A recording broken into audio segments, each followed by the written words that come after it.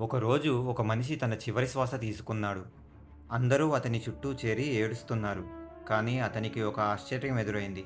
అతను ఇంకా అక్కడే ఉన్నాడు. తన శరీరం పక్కనే నిలబడి చూస్తున్నాడు. తన కుటుంబాన్ని చూస్తూ నేను ఇక్కడే ఉన్నానని అరిచాడు. కానీ ఎవరూ వినలేదు. ఎవరూ అతన్ని చూడలేదు. ఆత్మగా మారిన అతనికి మొదటిసారి చాలా భయంగా అనిపించింది. అప్పుడే చీకటిలో నుంచి కొన్ని భయంకరమైన ఆకారాలు బయటికి వచ్చాయి. అవి యమదూతలు. వాళ్ళ కళ్ళల్లో అగ్ని, చేతుల్లో గొలుసులు ఉన్నాయి. వాళ్ళు అతన్ని పట్టుకొని ఎక్కడికో లాగటం మొదలుపెట్టారు. నన్ను వదిలేయండి, నన్ను వదిలేయండి అని అతను వేడుకుంటున్నాడు. కానీ ఎవరూ వినలేదు.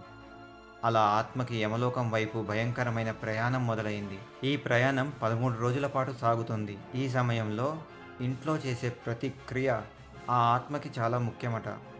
అయితే ఆ 13 రోజుల్లో నిజంగా ఏమి జరుగుతుందో నెక్స్ట్ ఎపిసోడ్లో చెప్తాను. మీకు ఈ వీడియో నచ్చినట్టయితే మన ఛానల్ని సబ్స్క్రైబ్ చేసుకోండి, లైక్ చేయండి, షేర్ చేయండి, కమెంట్ చేయండి.